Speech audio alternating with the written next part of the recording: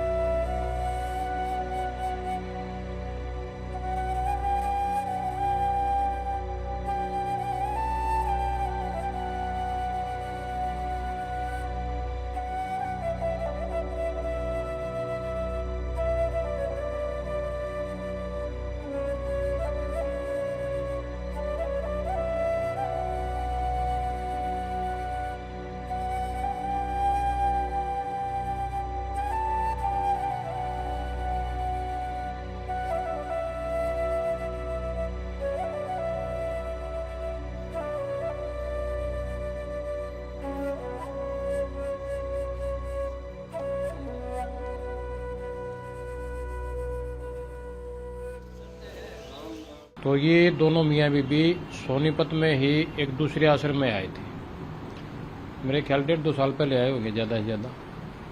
तो इनकी घरवाली वहाँ गुजर गई। तो गुजरने के बाद फिर ये कुछ दिन बाद मतलब 13 मार्च इसी साल में ये हमारे पास आश्रम में आ गए। तो ठीक है, हमारा तो काम अभी कोई बुजुर्ग आएगा तो हम उसको रखेंगे। अभी करीब 20-25 दिन पहले इनकी तबीयत थोड़ी ही ढीली हो गई, तो मैं हॉस्पिटल में लेके गया, इसको डॉक्टरों से दिखा के लाया। डॉक्टरों ने इलाज किया, सुबह ले गया था, शाम तक छुट्टी कर दी, ले जाओ कोई दिक्कत नहीं है, हो जाए ठीक ठाक।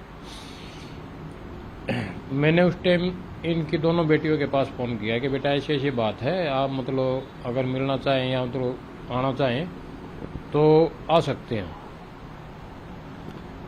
उन्होंने कहा कि ठीक है अंकल, देखते हैं, बुकिंग कराएंगे आने की और आते हैं। फिर मेरे को पता लगा जैसे उनकी अपने पापा से बात होती रहती है बिटिया की, दोनों तीनों की। तो इन्होंने कहा कि बेटा अभी आने की ज़रूरत नहीं है। हमारे जो बुज़ुर्ग थे उन्होंने कहा कि बेटा अभी आने की ज़रूरत नहीं, मैं ठीक हूँ। थे भी ठीक, कोई ऐसी बात नहीं है। कुदरती 3 तारीख को इनको मैं जब सुबह तो बोला बेटा पेट में गड़बड़ है कुछ। मैं फिर इनको उठा के गाड़ी में लेके गया और हॉस्पिटल में चेकअप कराया। चेकअप कराने के बाद इन्होंने डॉक्टरों ने कहा कि ठीक है ऐसी कोई बात नहीं। आ गया मैं लेके शाम तक। आने के बाद 3 तारीख की शाम को मैं लेके आया था। उसी रात 3:30 बजे वो ख़त्म हो गया। मैंने 3:30 बजे यहाँ से जो स्टाफ है हमारा आश्रम का, उन्होंने मेरे पास फ़ोन किया कि जी ये तो गुजर गए। उसके बाद मैंने बेटियों के बाद फिर फ़ोन किया कि बेटा आपके पिताजी गुजर गए हैं और आप आना चाहो तो आ जाओ, क्योंकि अब तो लास्ट समय हो गया इनका।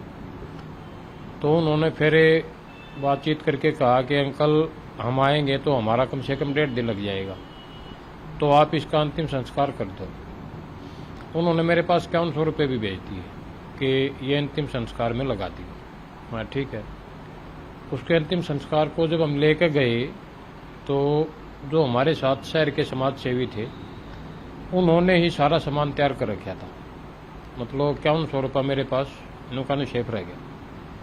तो मैंने सोचा है 5100 रुपये जो उन्होंने दिया था ये तो अंतिम संस्कार के लिए दिया था, और अंतिम संस्कार में जो हमारे शहर के समाज सेवी हैं, जो हमारे मित्र हैं, उन्होंने सारा बंदोबस्त कर दिया। फिर मैंने उस बिटिया के पास फ़ोन किया कि बेटा जो तुमने 5100 रुपये दिए थे वो मैं इस काम में नहीं लगा पाया, क्योंकि हमारे यहाँ के जो समाज सेवी थे और हमारे मित्र थे उन्होंने सारा बंदोबस्त कर रखा था, और ये पैसा दिया था तुमने अंतिम संस्कार के लिए, तो ये पैसा मैं नहीं रख पाऊंगा, क्योंकि वैसे दान में दिया होता तो मैं पैसा रख लेता, मगर ये पैसा था अंतिम संस्कार का, तो मैंने वो 5100 रुपये उनको वापस कर दिए। जब ये पहले भी मोहलत जब भी इतला दी थी अगर तेरे पापा की तबीयत खराब आ जाओ, लेकिन वे बोले आएंगे, बोले टिकट नहीं मिल रही, नू नहीं हो रहा, पहले ऐसे बोल रहे थे। जब ये एक्सपायर हो लिया, जब भी कराया था रात को 3 बजे 4:30 बजे कर दिया था मेरा फ़ोन अगर एक्सपायर हो लिए तेरे फादर बोल। फिर उन्होंने बताया दाह संस्कार कर दो। फिर उन्होंने 5100 रुपये भेजे थे दाह संस्कार के, ये हमारे आनंद जी ने वापस भी भेज दिए।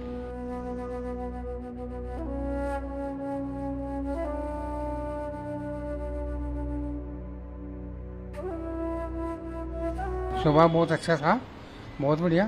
मिलनसार। हाँ, लड़कियों से बात होती थी उसकी, कनाडा वाली से भी और ये यहाँ नेपाल वाली से भी, दोनों से बात होती थी उसकी। आप अपना समय यहाँ पे कैसे बिताते हैं, मतलब क्या करते हो? आपस में जैसे इनके साथ बात कर ले, ऐसे एक दो का मेल तो हो ही है, तो उसमें मेल से बात कर रहे हैं, बैठे रहे हैं, बाहर बैठते हो, भीतर बैठते हो, खटका टाइम, फिर अपना मोबाइल भी है, थोड़ा बहुत वो सारा लगाता है। तो शिवचरण जी कभी अपने परिवार के बारे में बात करते थे, फैमिली के बारे में कुछ बताते थे? तो 2 लड़की थी उसका, उसी से बात करते थे, उनसे 2 से। अच्छा। अब सुना हमारे तीसरी लड़की भी थी, उसका तो मुझे तीसरी का भी नहीं पता। अच्छा, वो उन्होंने नहीं बताया कभी तीसरी? नहीं, कभी नहीं बताया, ना कभी बात होती देखी।